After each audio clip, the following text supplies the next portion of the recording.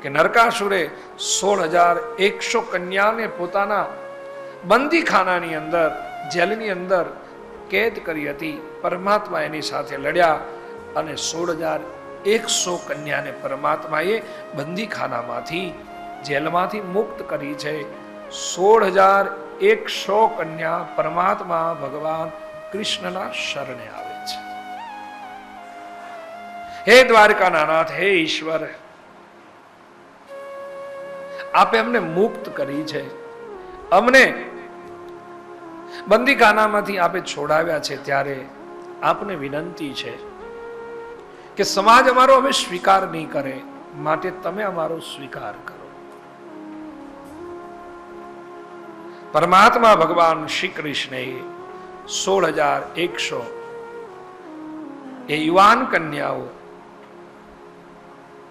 એ યુવાન સ્ત્રીઓ સાથે લગ્ન કર્યા. એટલે પરમાત્માએ 16,100 કન્યા સાથે લગ્ન કર્યા. એટલે પરમાત્મા 16,108 કન્યાઓ સાથે પરણા છે, એવું શાસ્ત્ર કહે છે.